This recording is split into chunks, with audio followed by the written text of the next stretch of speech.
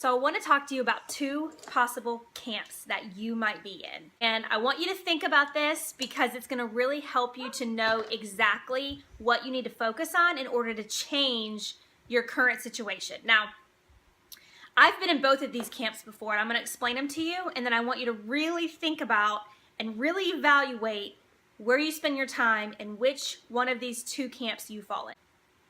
The first camp is that you literally have too much on your plate. You have said yes to too much, you have volunteered too much, you have committed and overcommitted yourself way too much. That's the first camp. So you have too much on your plate. Nobody in their right mind would have enough time to do what you do because there's too much going on. So that's the first place. And that's kind of where my situation was at. I had said yes to too much, and so I knew that I needed to pick things that were great and not just good. We're going to talk about that on day 5. So we're going to talk about good versus great, but that was where I was. Now, the second camp is that you don't have too much on your plate, but the time that you do spend, you're a little bit lazy with it. So the time that you have, you're either mindlessly watching television or TV shows for hours on end, or Netflix, or you should be cleaning, or whatever it is that you've decided that you have allotted time for, and instead you're scrolling through Facebook and then later complaining that you don't have any time. Now, I have been in that camp as well. There's been many times where I have pressed snooze on my alarm clock, probably 15 to 20 times, and my husband has pushed me out of the bed and said, either turn your phone off or get up. And then I realized, okay, I'm being really lazy because I know I should be getting up, and I'm pressing snooze and I'm laying here, and I know that's not what I'm supposed to be doing because my scheduled allotted time, I only have a few hours in the morning to do what I have to do, and I'm not going to spend that time getting up at 4 o'clock in the morning, which is when I get up, to scroll Facebook. I'm not going to do that. I'm going to be intentional with that time because it's valuable. So maybe you're just too lazy. Now, let me ask you this question. Have you ever started a book but you've never finished it? I can raise my hand. Have you ever started maybe a Bible study and you've never finished it? Have you ever started something and you've never finished it? You might have a problem holding yourself accountable to starting and completing stuff. So that is some things that we're going to talk about this week. It's different to say that I don't have time for stuff, but it's also not the same as saying I'm too lazy to finish it. But I want you to think about what it is that has kept you from being productive. So a couple other things is, do you feel like you're sinking because there's too much to do, or do you feel like you're sinking because you're not a good manager of your time? And that is my question for you today. And I want you to evaluate your own schedule and see which one of those 2 camps you fall in. Now, I have 5 tips for you that is going to help you be a better manager of your time. These are things that I have personally implemented that I feel like could really help you get yourself on schedule. And if you want to write these down, go ahead and write them down. One of my verses that I think about all the time is James 4:14, and where it talks about how life is so short. It's such a vapor. And I'm going to show you guys a video later on today that talks about just how short life is. But when you think about how short life is, and you think about, okay, I'm 31 years old. If I look back on my life, the 31 years that I've been alive, have I accomplished some things that I have always dreamed of accomplishing? Have I done things that I've always wanted to do? Can I look back and say I've used that 31 years so wisely? Or do I look back and say I feel like could have been a lot more useful? I could be at this place in my life, or have done these things with my life, or I've been this intentional with my time and have not wasted. So here are 5 tips that I feel like I have done and I can pass on to you that I can say that have really truly helped me with being a good manager of my time. So here they are. The first one is I brain dump immediately. Well, what does that mean? What does brain dumping mean?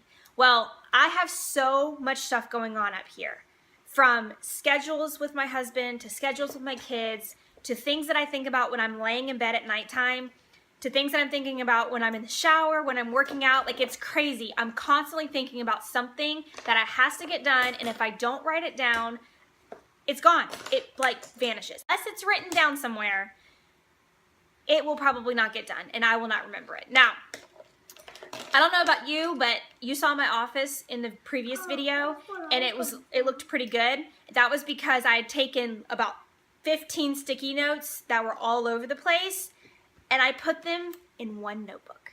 This notebook goes with me everywhere. I take this with me to church. I take this with me, it's in my purse, it's in my backpack when I go work, it is on beside my bed at nighttime. Anytime something goes on in my head, instead of writing it on a sheet of paper that is probably gonna get drawn on by the kids and thrown away in the trash can, I have a place for all of my brain dumping. This is every single thing that I'm thinking of in my head goes on a sheet of paper right here.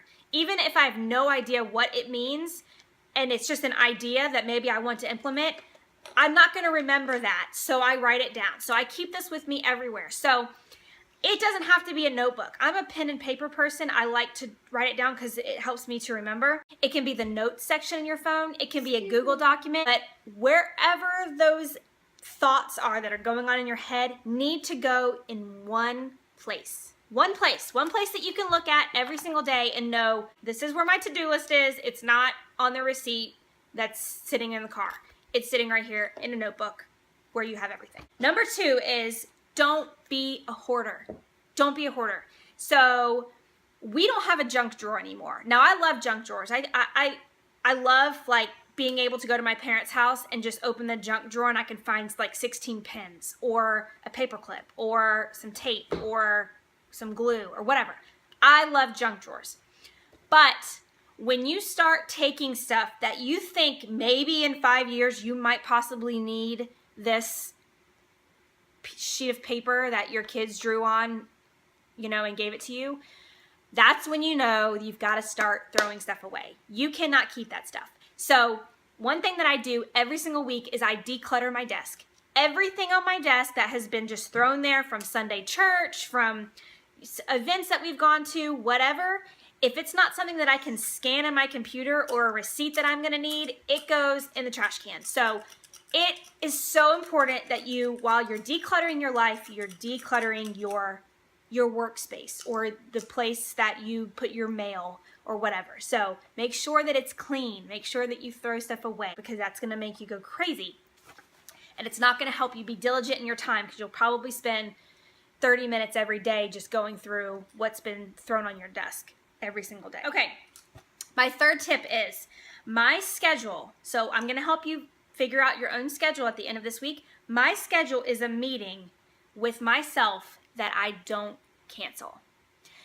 So let me give you an example of this. When I lived in Alabama a year ago, I had some friends that had asked me, really good friends, that had asked me after Bible study, they asked me to go to lunch. I knew that this day, after Bible study on Wednesday, I had to come home, put the kids to sleep, and I had some work that had to get done.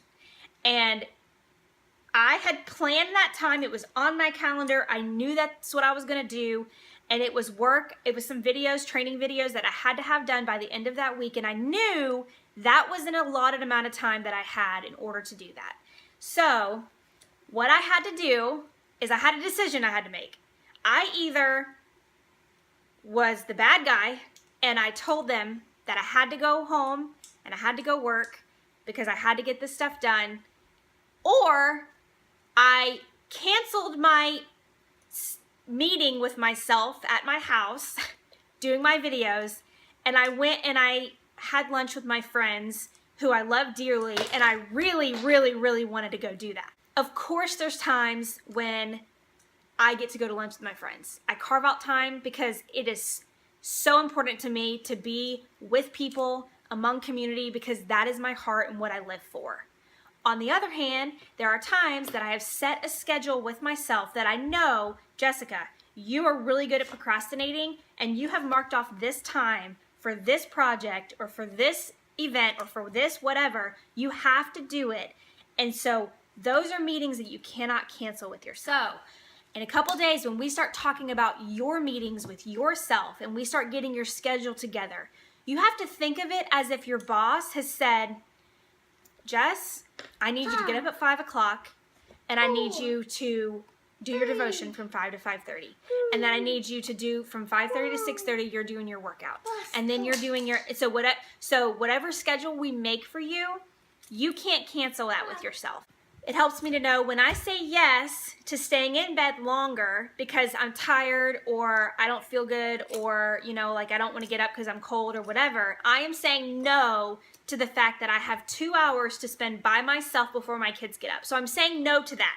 I'm telling myself that it's more important to me to lay in bed and get 10 more minutes of sleep or 30 more minutes of sleep or whatever. It's more important for me to do that than it is for me to get up and have some free time and not feel rushed and not take the rest of my day out on my kids because I made the decision to stay in bed.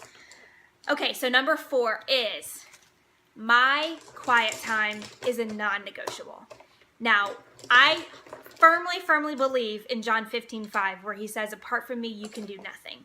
My time with Jesus, my alone time, my quiet time, the time that I sit there and I think about all the things that he's given me and the things that he's done for me, and I thank him for that, that special time is a non-negotiable. I remember a quote that I'm pretty sure it was Billy Graham, or maybe it was Martin Luther, who said, I've got so much to do today that I don't have a choice but to spend 3 hours in prayer. That is how I feel about every single aspect of my life.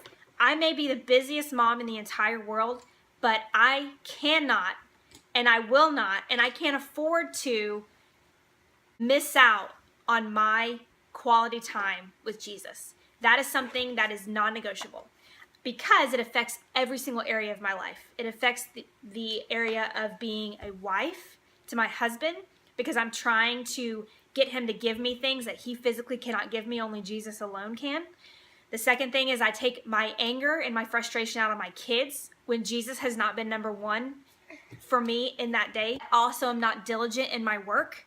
I'm not diligent in the ministry that I do. And I get very angered and frustrated easily when I have not spent that time with him. So my devotion, my morning time devotion is non-negotiable.